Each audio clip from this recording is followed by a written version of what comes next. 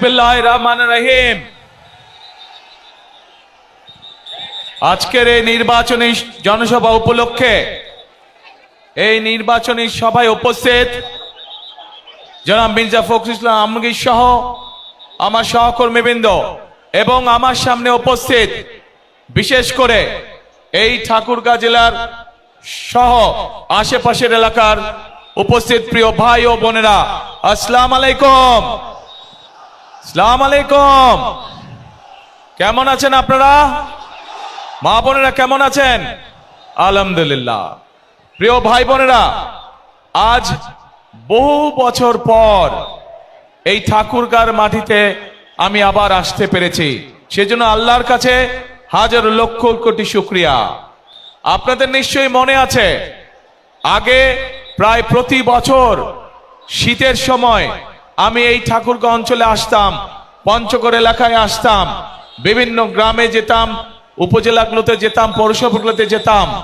দুস্থ মানুষ, বয়স্ক মুরব্বী যারা আছেন, মা বোনেরা ছিলেন, দুস্থ নারী যারা, তাদের জন্য শীতের সময় গরম কাপড় কম্বল নিয়ে আমরা হাজির হতাম এবং হাজার হাজার মানুষের কাছে চেষ্টা করতাম সেই গরম কাপড় পৌঁছে দিতে, যাতে তারা শীত থেকে নিজেদেরকে রক্ষা করতে পারেন। প্রিয় ভাই বোনেরা, আজ আবারও সেই ঠাকুরগাঁর মাটিতে আমি এসে আপনাদের সামনে দাঁড়িয়েছি। আজ এসেছি আপনাদের সামনে ভিন্ন একটি পরিস্থিতি বা ভিন্ন প্রেক্ষাপটে। প্রিয় ভাই বোনেরা, আগামী 12 তারিখে নির্বাচন, আগামী মাসে, এই মাসের 12 তারিখে নির্বাচন। এই নির্বাচনে বাংলাদেশের মানুষ তাদের যে অধিকার কেড়ে নেওয়া হয়েছিল সেই অধিকারের প্রয়োগ করবে বাংলাদেশের মানুষ। বাংলাদেশের মানুষ গত 1 যুগ ধরে তাদের কাছ থেকে যে রাজনৈতিক অধিকার, কথা বলার অধিকার কেড়ে নেওয়া হয়েছিল, সেই অধিকার বাংলাদেশের মানুষ প্রয়োগ করবে। প্রিয় ভাই বোনের, এই মাঠের মধ্যে যে লক্ষ লক্ষ মানুষ আপনারা আজকে উপস্থিত হয়েছেন, এই মঞ্চের পাশে ছোট্ট একটি মঞ্চ আছে যেখানে কয়েকজন মানুষ বসে আছেন। এই মানুষগুলো গত 15 বছরে বিভিন্নভাবে গুম খুন অত্যাচারে নির্যাতন হয়েছে তাদের স্বজনেরা, সেই অত্যাচার নির্যাতিত পরিবারের সদস্যরা বসে আছেন। যেই মানুষগুলো আজ এখানে বসে আছেন, তারা তাদের যে স্বজনদেরকে হারিয়েছেন বিগত 1 যুগ ধরে, সেই স্বজনেরা এই বাংলাদেশের মানুষের ভোটের অধিকার প্রতিষ্ঠিত করার জন্য, এই বাংলাদেশের মানুষের কথা বলার অধিকার প্রতিষ্ঠিত করার জন্য নিজেদের জীবনকে উৎসর্গ করেছে। নিজেরা বিভিন্নভাবে অত্যাচারিত হয়েছে, নির্যাতিত হয়েছে। প্রিয় ভাই বোনেরা, আজ বাংলাদেশের মানুষের কাছে, আজ বাংলাদেশের মানুষের সামনে সেই হারিয়ে যাওয়া যে অধিকার, সেই অধিকার প্রয়োগ করার সময় এসেছে। প্রিয় ভাই বোনেরা, 12 তারিখে নির্বাচন হবে। ভাই, এখানে বিজিবি সদস্যবৃন্দ যারা আপনারা হুইসেলিং করছেন, দয়া করে হুইসেলিংটা বন্ধ করে দেন। আপনারা হুইসেলিংটা বন্ধ করে দেন। হ্যাঁ, বসো বসো বসো বসো, কথা শুনো। এই হুইসেলিংটা বন্ধ করে দেন, হুইসেলিংটা বন্ধ করে দেন, হুইসেলিংটা বন্ধ করে দেন, তাহলেই সবাই ধীর স্থির হবে। এই যে প্রিয় ভাই বোনেরা, এই যে মানুষগুলো যারা জীবন দিয়েছে, যারা বিভিন্ন অত্যাচারিত নির্যাতিত হয়েছে, তাদের সেই মূল্যায়নকে কখনো বৃথা দিতে দেওয়া যায় না। এবং এইবারকার নির্বাচন শুধু দেশের জনপ্রতিনিধি নির্বাচিত করার নির্বাচন নয়, এবারকার নির্বাচন হবে আমাদের দেশকে পুনর্গঠন করার নির্বাচন। গত 1 যুগ ধরে বাংলাদেশের মানুষ তাদের যেমন রাজনৈতিক অধিকারকে প্রয়োগ করতে পারে নাই, তারা কথা বলার স্বাধীনতা পায় নাই, ঠিক একইভাবে বাংলাদেশের মানুষ তাদের অর্থনৈতিকভাবে প্রতিষ্ঠিত হওয়ার অধিকার থেকে অনেক পিছিয়ে গিয়েছে। দেশে সঠিক পরিমাণের আমাদের তরুণদের, যুবকদের যে কর্মসংস্থানের ব্যবস্থা হওয়ার দরকার ছিল, সেই ব্যবস্থা হয়নি। দেশের নারীদের, মা বোনদেরকে মূল্যায়ন করার জন্য তাদের যেই স্বাবলম্বী করে গড়ে তোলার কথা ছিল, সেইটি হয় নাই। দেশের যুবকদেরকে প্রশিক্ষণের মাধ্যমে দক্ষ শ্রমিক হিসেবে গড়ে তোলার করা উচিত ছিল, সেই কাজটি হয় নাই। দেশের কৃষকদের অর্থনীতিকে মেরুদণ্ড সহযোগিতা করার জন্য, অর্থনৈতিকভাবে সহযোগিতা করার জন্য যেই সহযোগিতা করা উচিত ছিল সেই কাজটিও করে নাই বিগত স্বৈরাচার সরকার। প্রিয় ভাই বোনেরা, আজ সময় এসেছে, আজ সময় এসেছে আমরা 12 তারিখের নির্বাচনে যেমন জনগণের প্রতিনিধিকে নির্বাচিত করব, একইভাবে আমরা দেশ পুনর্গঠনের কাজে হাত দিব। প্রিয় ভাই বোনেরা, বাংলাদেশের অর্ধেক জনসংখ্যা হচ্ছে নারী।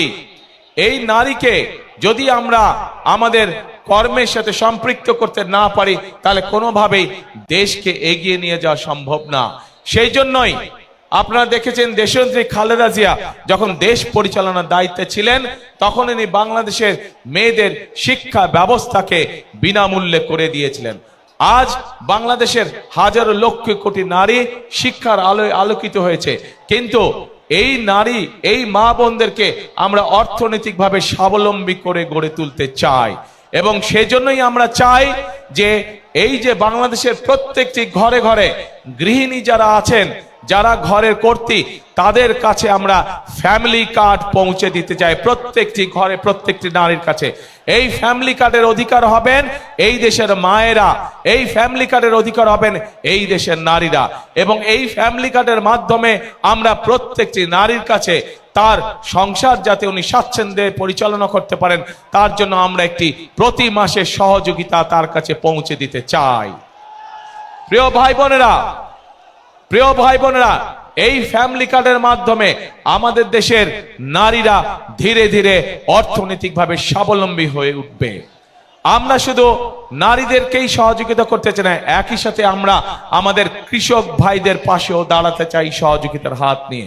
কৃষক ভাইদের জন্য আমরা কৃষি কার্ড নামে একটি কার্ড সকলের কাছে পৌঁছে দিয়ে দিতে চাই, যেই কার্ডের মাধ্যমে কৃষক ভাইরা সহজে ঋণ গ্রহণ করতে পারবে।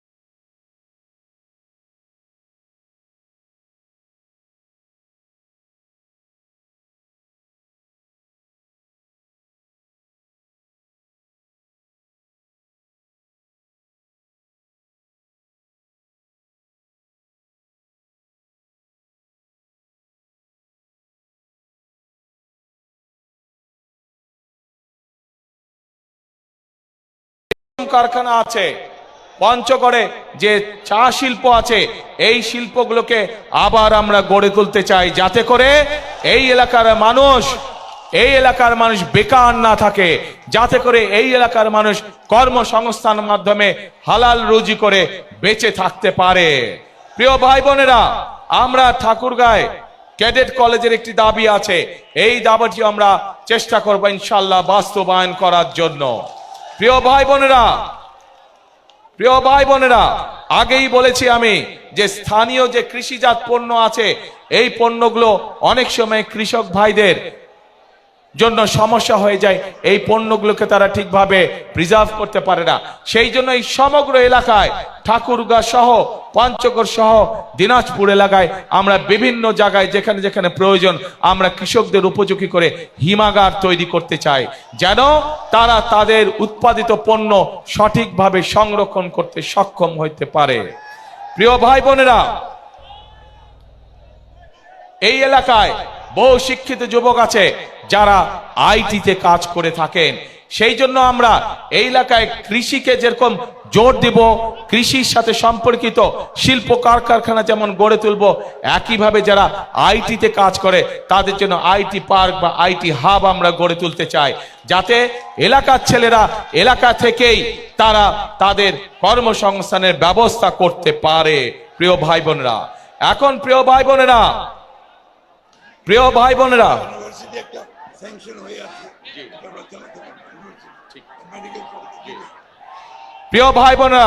বিগত এক যুগ বেশি সময় ধরে যেই স্বৈরাচার এই দেশের মানুষের কাঁধে বসেছিল, তারা শুধু নিজেদের স্বার্থ দেখেছে, জনগণের স্বার্থ দেখে নাই। সেই জন্যই আমরা দেখি যে বাংলাদেশে, সমগ্র বাংলাদেশে কিভাবে বাংলাদেশের মানুষ, সাধারণ মানুষ চিকিৎসা থেকে বঞ্চিত হয়েছে।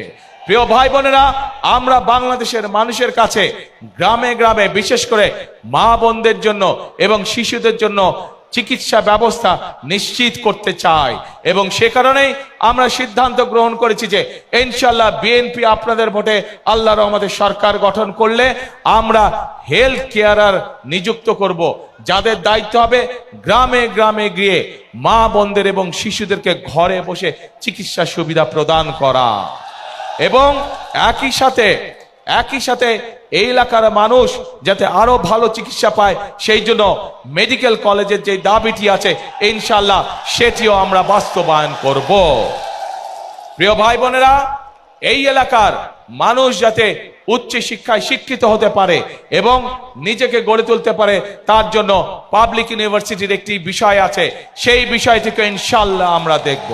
কিন্তু প্রিয় ভাই বোনেরা, এখন যেই আসল কাজটি, সেই কাজটি হচ্ছে এই যে আপনাদের সামনে কথাগুলো আমি তুলে ধরলাম, এই কাজগুলো যদি আমাদেরকে সম্পন্ন করতে হয় তাহলে আমাদের একার পক্ষে করা সম্ভব না। আমাদেরকে আপনাদের সহযোগিতা প্রয়োজন, আপনাদের দোয়া প্রয়োজন, আপনাদের সমর্থন প্রয়োজন, আপনাদের ভোট প্রয়োজন। প্রিয় ভাই বোনেরা, আজ আমি ঠাকুরগাঁ, দিনাজপুর, নীলফামারী সমগ্র এলাকার, এই বৃহত্তর এলাকার মানুষের কাছে, ভাই বোনদের কাছে, মা বোনদের কাছে আজকে আমি এসেছি ধানের শীষের পক্ষে ভোট চাইতে। আপনারা যদি আমাদের হাতকে শক্তিশালী করেন, আপনারা যদি আমাদেরকে সমর্থন দেন, ইনশাআল্লাহ অতীতে যেমন বিএনপি সকল সময় আপনাদের পাশে ছিল, এলাকার উন্নয়নের জন্য কাজ করেছে, মানুষের দুঃখ ঘুচানোর জন্য কাজ করছে, ইনশাআল্লাহ ভবিষ্যতেও আমরা একইভাবে আপনাদের পাশে থাকব, একইভাবে এলাকার উন্নয়নের কাজ করব, একইভাবে আমরা এলাকার মানুষের দুঃখ ঘোচানোর কাজ করব। প্রিয় ভাই বোনেরা, আজ এটি নির্বাচনী জনসভা। আমি আজকে মনে করি এই নির্বাচনী জনসভায় সাধারণত আমরা কি দেখেছি, নির্বাচনী জনসভায় আমরা দেখি যে সাধারণত এক দল আরেক দলের বিপক্ষে কথা বলে থাকে। কিন্তু আজ যদি আমি অন্য কোনো দলের বিপক্ষে কথা বলে থাকি, তাহলে জনগণের কি তাতে কোনো লাভ হবে? জনগণের লাভ হবে না। জনগণের জানতে চায় যে জনগণ যে আমাদেরকে ভোট দিবে, আমরা জনগণের জন্য কি করব, এলাকার জন্য কি করব, এলাকার মানুষের জন্য আমরা কি করব।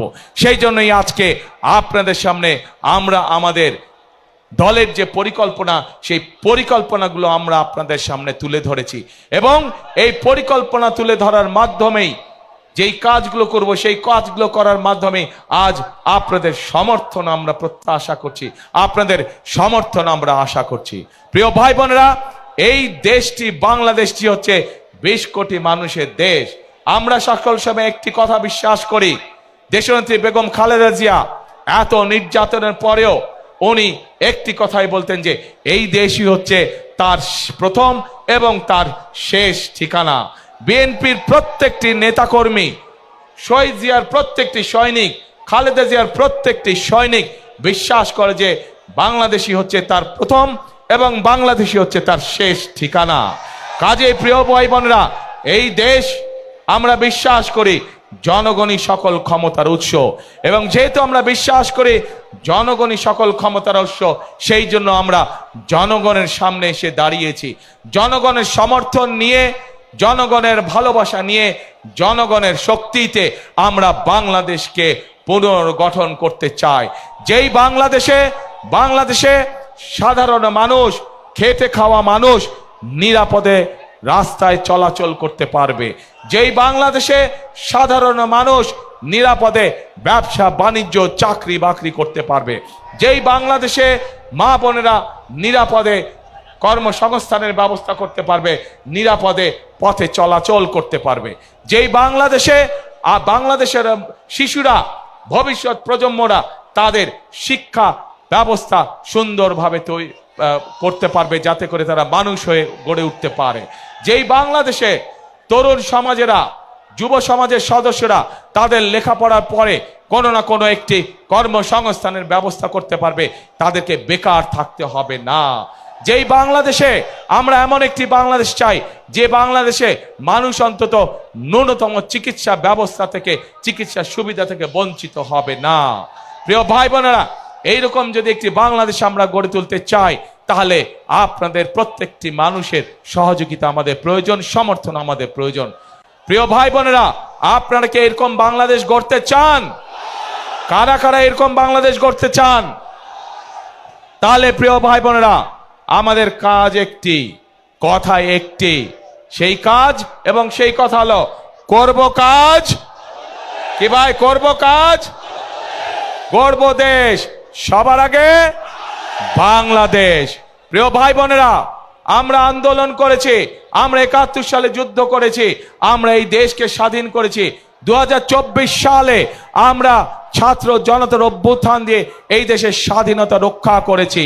এখন আমাদেরকে দেশকে গঠন করতে হবে, এখন আমাদের এই দেশকে তৈরি করতে হবে, এই দেশের অর্থনীতিকে, এই দেশের গণতন্ত্রকে আমাদেরকে মজবুত করে গড়ে তুলতে হবে, যাতে এই দেশের মানুষের সামনে একটি নিরাপদ ভবিষ্যৎ তৈরি হতে পারে।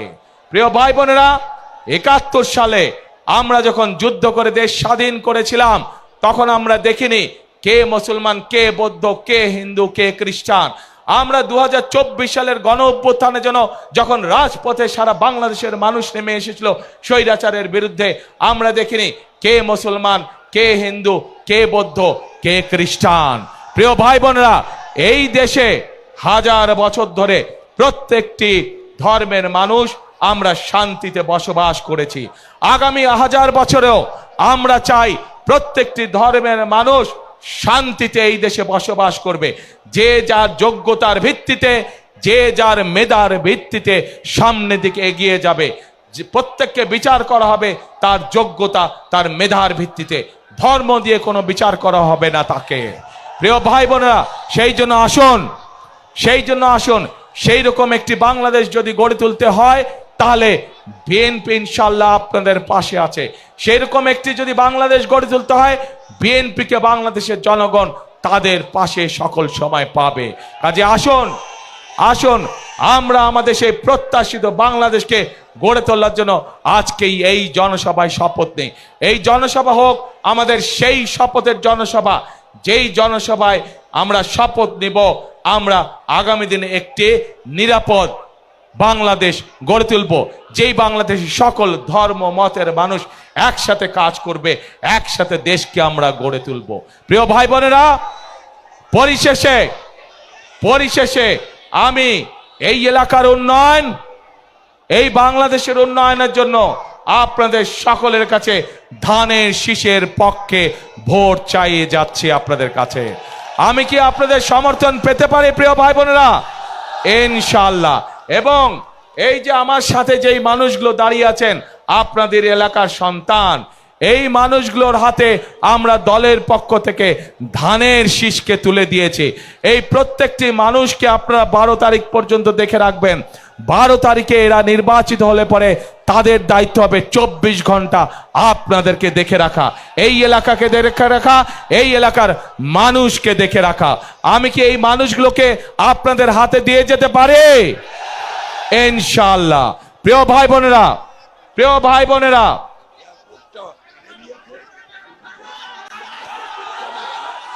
আমাকে মির্জা ফখরুল ইসলাম সাহেব বললেন যে এই এলাকার এয়ারপোর্টটার কাজ অনেক দূরে এগিয়ে গিয়েছে। ইনশাআল্লাহ বিএনপি আগামী 12 তারিখে নির্বাচনে সরকার গঠন হলে যত দ্রুত সম্ভব আমরা এই এলাকার এয়ারপোর্ট ইনশাআল্লাহ চালু করব। প্রিয় ভাই বোনেরা, আজ এই জনসভায়, লক্ষ মানুষের জনসভায় আজ আমি পরিশেষে আপনাদের সকলের সমর্থন ধানের শীষের পক্ষে চেয়ে আমার বক্তব্য শেষ করছি। ইনশাআল্লাহ আগেও যেমন আমাকে পেয়েছেন আপনাদের পাশে, ইনশাআল্লাহ ভবিষ্যতেও পাবেন আমাকে আপনাদের পাশে। আল্লাহ হাফেজ। বাংলাদেশ জিন্দাবাদ, বাংলাদেশ জাতীয়তাবাদী জিন্দাবাদ। শেষ কথা একটাই, করব কাজ কে? গর্ব দেশ সবার আগে, বাংলাদেশ সবার আগে, বাংলাদেশ। আল্লাহ হাফেজ।